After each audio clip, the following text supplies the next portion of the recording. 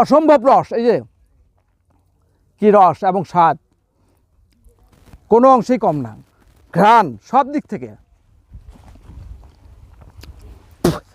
এখন দাঁড়িয়ে আছি ঠাকুরগাঁয়ের পীরগঞ্জ উপজেলার আলোচিত সেই কমলা বাগানে, অরেঞ্জ ভ্যালি।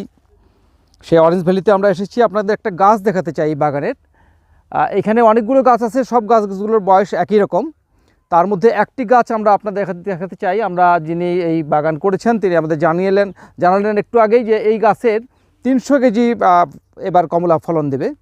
তো সেই গাছটা আপনারা দেখাতে চাই যে এই গাছের বয়স 12 বছর, ইতিমধ্যে 9 বার সে ফলন দিয়েছে।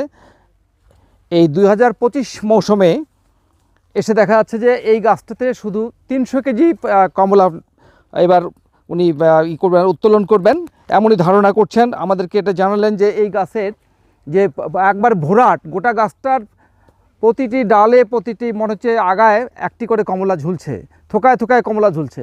এই যে দেখেন যে শত শত কমলা। তো একটা গাছ থেকে যদি 300 কেজি কমলা হয়, তাহলে এইভাবে যদি একটা বাগান 100 গাছের যদি বাগান করা যায়, তো যে কোনো অনায়াসে যে কোনো কৃষক অনায়াসে লাভবান হবে এবং একটা বড় ধরনের লাভের সম্ভাবনা রয়েছে।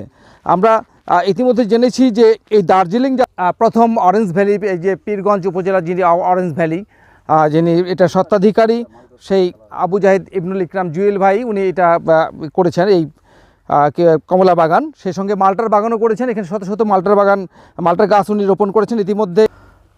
এবং এখানে উনি কমলা, এই মিষ্টি কমলা, দার্জিলিং জাতের যে মিষ্টি কমলা, সেই কমলা বাগানের পাশাপাশি মিষ্টি মাল্টার আবাদ করছেন।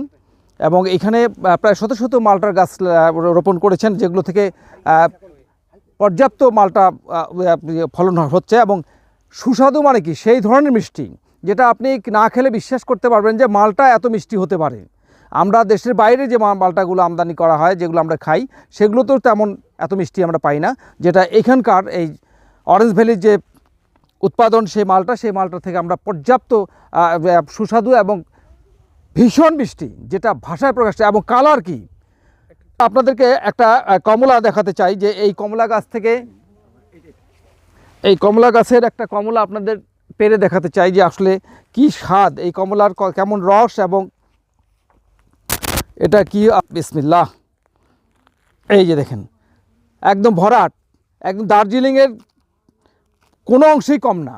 আপনি ঘরে বসেই, দেশের মাটিতে বসে দার্জিলিংয়ের কমলা খাচ্ছেন অনায়াসে। আমি একটু খেয়ে দেখি।